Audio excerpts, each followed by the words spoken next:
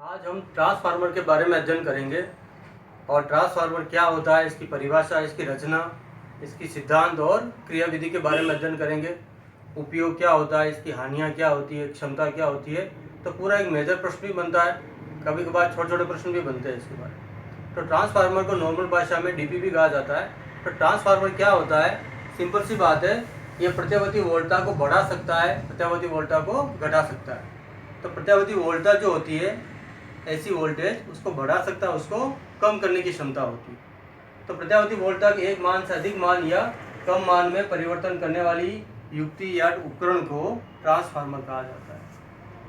क्या करता है, प्रत्यावर्ती वोल्टता को बढ़ा सकता है, घटा सकता है। तो प्रत्यावर्ती वोल्टता के एक मान से अधिक मान या कम मान में परिवर्तन करने वाली युक्ति को ट्रांसफार्मर कहा जाता है। सिंपल सी भाषा में कहें तो प्रत्यावर्ती वोल्टता को बढ़ा सकता है, घटा सकता है, दोनों में इसका उपयोग किया जाता है। कौन से सिद्धांत पर कार्य करता है, अन्योन्य प्रेरण के सिद्धांत पर कार्य करता है। स्वप्रेरण पढ़ा था, अन्योन्य प्रेरण भी पढ़ा था। तो ये अन्योन्य प्रेरण के सिद्धांत पर कार्य करता है। यानी कि अन्योन्य प्रेरण में क्या पढ़ा था, एक कुंडली में परिवर्तन करते हैं तो पास में रखी दूसरी कुंडली में परिवर्तन स्वतः ही हो जाता है। तो ये भी उसी सिद्धांत पर कार्य करता है और इसका जो मेन उपयोग होता है वो प्रत्यावर्ती धारा में होता है। तो इसका उपयोग प्रत्यावर्ती धारा में किया जाता है, दिष्ट धारा में इसका प्रयोग नहीं किया जाता है। तो वोल्टेज को कम करने या ज़्यादा करने में इसका उपयोग किया जाता है। अन्योन्य प्रेरण के सिद्धांत पर कार्य करता है। इसकी रचना कुछ इस प्रकार से होती है। ये पूरी संरचना आयताकार के रूप में होती है इसकी। ये प्राथमिक कुंडली कहलाती है, ये द्वितीय कुंडली, ये विद्युत वाहक बल के रूप में, प्रत्यावर्ती विद्युत वाहक बल के रूप में ये ईपी कहलाएगा। प्राथमिक कुंडली का विद्युत वाहक बल, ये द्वितीय कुंडली का विद्युत वाहक। ये प्राथमिक कुंडली और ये द्वितीय कुंडली होती है। तो इसकी जो कंस्ट्रक्शन संरचना होती है, जैसा कि चित्र में दिख रहा है, आयताकार कच्चे लोहे की पटलित क्रोध होता है। तो आयताकार कच्चे लोहे का पटलित क्रोध होता है। पटलित का मतलब इसके ऊपर हल्की सी वार्निश वगैरह की जाती है विद्युत रोधी पदार्थ की। तो आयताकार कच्चे लोहे का पटलित क्रोध होता है, जैसा दिख रहा है, आयताकार कच्चे लोहे का पटलित क्रोध होता है। कच्चे लोहे की पत्तियों को एक के ऊपर एक रख के बनाया जाता है। कई कच्चे लोहे की पत्तियां होती है, उसको 1 बाय 1 एक के ऊपर एक रख के इनका निर्माण किया जाता है। जैसा कि चित्र में दिख रहा है, डायग्राम में दिख रहा है, कच्चे लोहे की पट्टियों को 1 बाय 1 रख के इसका निर्माण किया जाता है। और मध्य में यहाँ पर विद्युत रोधी पदार्थ रख दिया जाता है ताकि भंवर धाराओं की तीव्रता कम हो जाए और ऊर्जा हानि जो होती है, ऊर्जा हानि वो कम से कम हो। तो इसमें 2 प्रकार की कुंडलियाँ होती दिख रही है, ये प्राथमिक, पी से प्राइमरी, ए से सेकेंडरी। प्राथमिक कुंडली, द्वितीय कुंडली, 2 कुंडलियाँ होती, प्राथमिक कुंडली और द्वितीय कुंडली। ये प्राथमिक कुंडली का भाग है, ये द्वितीय कुंडली का भाग है। इसमें किसे कहते हैं, ये संरचना में लिखना भी है, जिसमें सिंपल सी बात है, प्रत्यावर्ती वोल्टता को इनपुट के रूप में दिया जाता है, निवेशित किया जाता है। इसका मतलब क्या होगा, निवेशित का मतलब इनपुट के रूप में स्थिति कहलाएगी। सिंपल सी भाषा, प्रत्यावर्ती धारा को इसमें से प्रवाहित करें, उसमें से प्राप्त करें। वोल्टेज कम ज़्यादा होता रहेगा, कम करने के लिए भी, ज़्यादा करने के लिए प्रत्यावर्ती वोल्टता को निवेशित किया जाता है, दिया जाता है, प्रवाहित किया जाता है। द्वितीय कुंडली में क्या होता है, प्रत्यावर्ती धारा को प्राप्त किया जाता है। इनपुट है तो ये आउटपुट है। 2 प्रकार के ट्रांसफार्मर होते हैं, ट्रांसफार्मर ऊंचाई और अपचाई। इसको कहते हैं, ऊंचाई नहीं है, उच्चाई, और ये अपचाई ट्रांसफार्मर। ऊंचाई ट्रांसफार्मर किसे कहते हैं वो लिखना है यहाँ पर। इसमें द्वितीय कुंडली में चक्रों की संख्या, प्राथमिक कुंडली, इसका मतलब क्या हो गया, सेकेंडरी, टी का मतलब प्राइमरी, ये कहलाता है ग्रेटर देन, यानी ज्यादा है।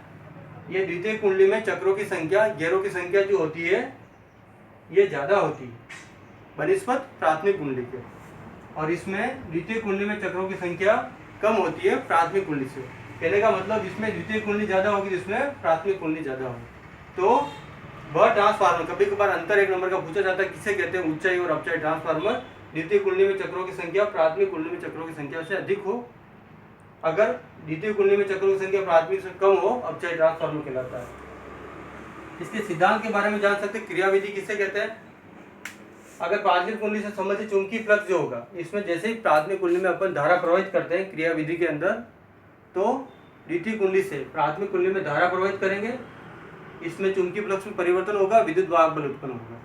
तो चुंबकीय फ्लक्स में परिवर्तन होता है प्राथमिक कुंडली में, ये प्राथमिक कुंडली मान लिया अपन। तो इसका फ्लक्स कहलाएगा फाई से, फाई किससे मल्टीप्लाई होना चाहिए, चक्रों की संख्या 10, 20, 25 जो भी होगा, तो एन कहलाएगा, एन पी फाई लिखेंगे। अब द्वितीय कुंडली से संबंधित फ्लक्स होगा, क्या होगा, फाई एस बराबर एन एस फाई। ई बराबर क्या होता है, डी फाई बटा डी टी, फेराडे का नियम। ये मान यहाँ रखा, एन कॉन्स्टेंट बाहर गया तो सूत्र प्राप्त कर लिया, EP बराबर माइनस NP d∅/dt। अब द्वितीय कुंडली का फ्लक्स क्या होगा, ये वाला मान यहाँ रखा, NS बाहर गया तो ES बराबर माइनस NS d∅/dt।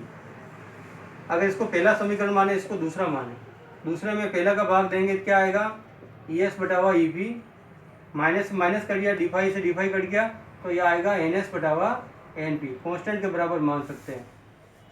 तो ES/EP बराबर NS/NP बराबर K भी लिख सकते हैं, कांस्टेंट। इसका क्या अर्थ हो रहा है, सिद्ध क्या हो रहा है कि इनके विद्युत वाहक बलों का अनुपात, ट्रांसफार्मर की कुंडलियों के विद्युत वाहक बलों का अनुपात इनके चक्रों की संख्या या फेरों की संख्या के अनुपात के बराबर होता है।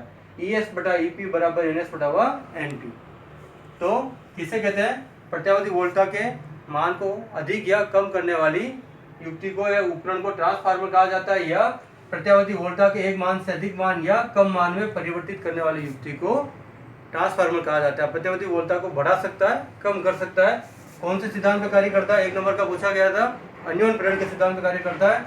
और ये कौन सी धारा में काम आता है, AC या DC में, AC में काम आता है। प्रत्यावर्ती धारा में या दिष्ट धारा में तो प्रत्यावर्ती धारा में काम आता है।